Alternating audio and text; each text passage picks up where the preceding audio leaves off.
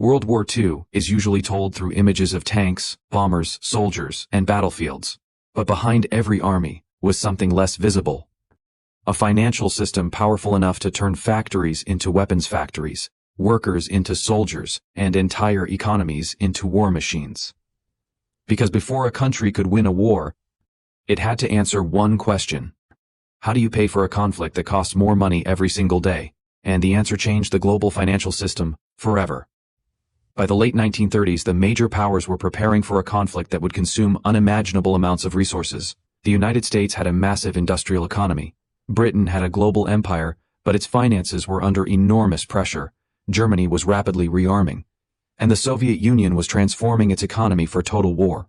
But weapons don't appear simply because governments order them. Factories need raw materials, workers need wages, ships need fuel, and governments need money. So nations began using a combination of taxes, government borrowing, monetary expansion, and economic controls to mobilize their entire economies. In the United States, the government sold billions of dollars in war bonds to ordinary citizens. The message was simple. You don't just fight the war on the battlefield, you can finance it from your living room.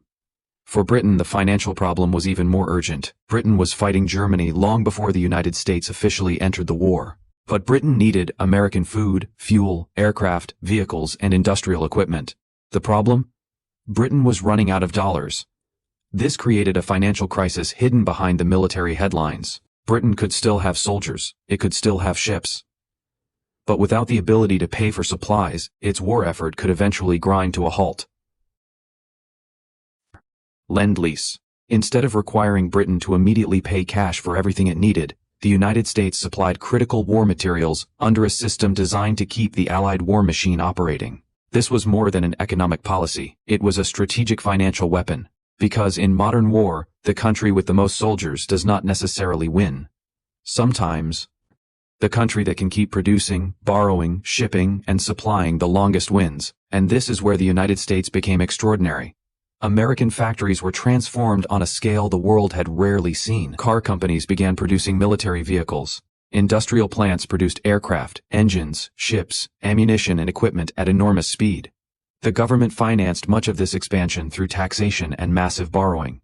The result was a powerful economic feedback loop. The government borrowed money. That money paid factories. Factories hired workers. Workers earned wages. Businesses produced military equipment. And the entire industrial system expanded. The war became a gigantic engine of production. By the end of the conflict, the United States had not simply helped defeat the Axis powers. It had emerged as the world's dominant economic and financial power. But perhaps the most important financial consequence came after the fighting stopped. In 1944, representatives from dozens of countries met at Bretton Woods, New Hampshire. They were trying to prevent the economic chaos that had helped destabilize the world between the two world wars. The result was a new international financial framework. The dollar became central to the global monetary system, and institutions such as the International Monetary Fund and the World Bank were created.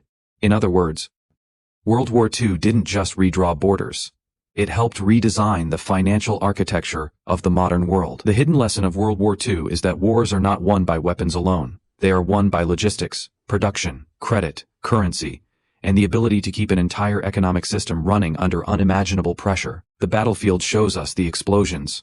But behind those explosions, there was another war being fought every day. A war over money, resources, production, and financial power. And when World War II ended, the world had a new superpower, and a new financial system built around it.